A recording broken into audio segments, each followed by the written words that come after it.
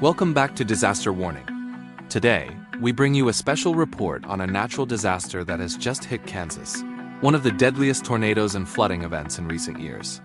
In just a few hours, torrential rains have caused widespread flooding, isolated communities, and sent rescuers scrambling around the clock.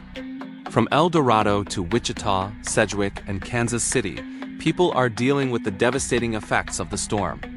Today, we'll provide a detailed update on the damage, rescue efforts, and upcoming weather warnings. Don't look away. On June 3, 2025, the state of Kansas was hit by one of the most severe weather events in recent history. A powerful storm system hit the area, bringing torrential rain that lasted for hours, causing widespread flash flooding and dangerous tornadoes, destroying homes, infrastructure, and threatening lives. Normally busy and bustling roads like Harry and Oliver quickly turned into raging rivers. The water rose so high and fast that it was completely impassable for normal vehicles. Authorities had to issue emergency warnings, advising people to absolutely not attempt to travel through these routes, as the risk of being swept away was very high. In such extreme weather conditions, only a few heavy vehicles, such as large trucks and specialized vehicles with high clearance, could access the affected areas to support rescue efforts. Images and videos captured at the scene shocked the online community and people everywhere. Scenes of vehicles being swept away by the floodwaters, people climbing onto rooftops to avoid the floodwaters, and rescuers struggling through the floodwaters to rescue trapped people, all showed that the severity of this natural disaster cannot be taken lightly. This is not a joke, but a clear reminder of the destructive power of nature and the need to be prepared for emergencies. The storm's impact was widespread and intense, affecting many areas across the state of Kansas, including large, densely populated cities such as El Dorado, Wichita, Sedgwick County, and the entire Kansas City metropolitan area. The storm was not simply a heavy rainstorm, but a complex weather system that combined torrential rain, flash flooding, and dangerous tornadoes, causing widespread damage to people and property. In many residential areas, water levels rose suddenly, submerging homes, vehicles, and transportation infrastructure. Many low-lying areas became giant lakes, where there had been only roads, parks, and playgrounds. Scenes of houses with only their roofs visible, cars swept away, and people climbing onto rooftops to call for help became a reality for many hours after the disaster. Major and minor roads were impassable due to deep flooding, landslides, or blocked by fallen trees and debris. This made it very difficult for rescuers to reach stranded people, especially in remote areas. Fire, police, and emergency response teams had to mobilize motorboats, high-clearance trucks, and helicopters to carry out rescues. Rescue services were quickly overwhelmed, receiving thousands of emergency calls within just a few hours. The injured, the elderly, children, and people with disabilities were the most vulnerable groups in this situation. The Sedgwick County 911 call center reported that many calls had to wait tens of minutes to be processed, as the number of requests for help far exceeded the response capacity. In addition, the power grid was severely damaged. Thousands of households were without power across the country, lasting from several hours to several days. Power outages not only affect light and comfort, but also cripple water pumps, heating, air conditioning, and communications equipment such as phones and the internet. In some areas, transformer stations are flooded or completely damaged, forcing power companies to cut off power for safety, leading to prolonged power outages.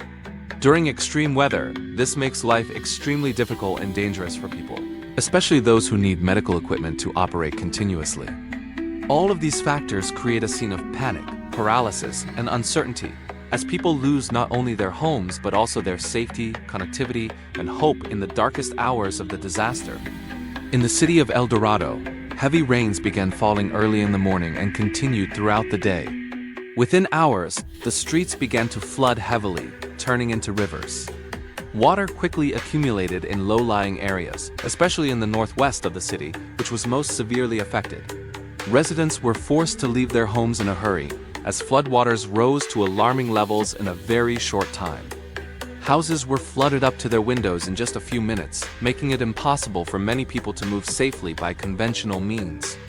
Rescuers had to use rubber boats, motorboats, and specialized vehicles with high clearance to reach those trapped in the flooded areas. Hundreds of families, including young children and the elderly, were rescued under very difficult conditions. They were taken to temporary shelters located in churches and local community centers. The public school system in El Dorado announced that all activities would be canceled for the following day. City officials urged residents to stay home unless absolutely necessary to ensure their safety. The situation in Wichita also became dire. A rare flash flood emergency was declared after more than 7 inches of rain fell in just a few hours. Drainage systems and small streams were overwhelmed, leading to widespread flooding. Intersections disappeared completely under murky, fast-flowing water. Dozens of cars were abandoned on the road, and many drivers had to be rescued by firefighters through their windows, especially on Harry Street. The area around Oliver Street was even more dangerous. Many apartment complexes and residential areas were completely surrounded by water. Residents climbed onto their roofs and waved for help as the water continued to rise. Rescue crews conducted dozens of boat rescues, and helicopters were called in to monitor and direct rescues in heavily isolated areas. The sight of people crammed into lifeboats, carrying their few most precious personal belongings, became a symbol of the urgency of the disaster. In Sedgwick County, 911 call centers were severely overwhelmed. By early evening, authorities had received more than 1,900 emergency calls, mostly for flood rescues. More than 100 rescues were confirmed in just a few hours. Dozens of rural roads were washed away or impassable, paralyzing the local transportation system. Residents reported seeing items floating, from tires to trash cans, and even cars swept out of garages. The county immediately activated its emergency response plan, coordinating with state agencies to mobilize additional personnel, vehicles, and resources. Shelters were quickly set up to accommodate those left homeless. Hundreds of local volunteers arrived to help, bringing food, blankets, dry clothing, and supplies to those in need.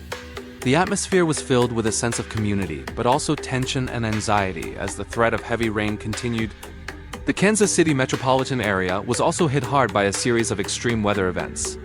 A large tornado was confirmed to have touched down near the Truman Sports Complex late in the afternoon, destroying several buildings, uprooting trees, and downing power lines. After the tornado, flash floods continued to hit, causing a chain of disasters that made rescue efforts even more difficult. People had barely recovered from the tornado when they had to deal with floodwaters pouring into their homes.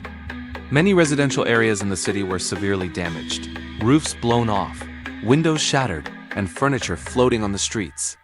Rescuers had to race against time to handle multiple situations at once, from rescuing people trapped in collapsed buildings to evacuating people from deep flooded areas.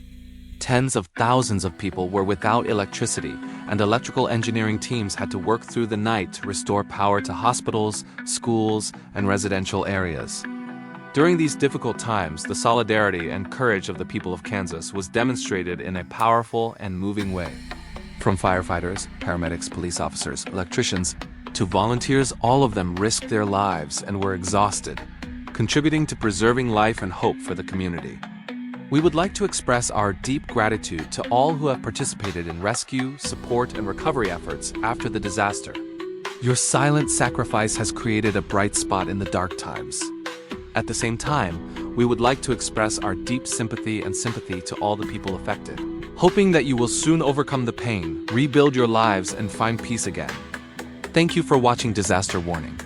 Don't forget to subscribe to the channel to update the latest news, and always be prepared because natural disasters do not warn,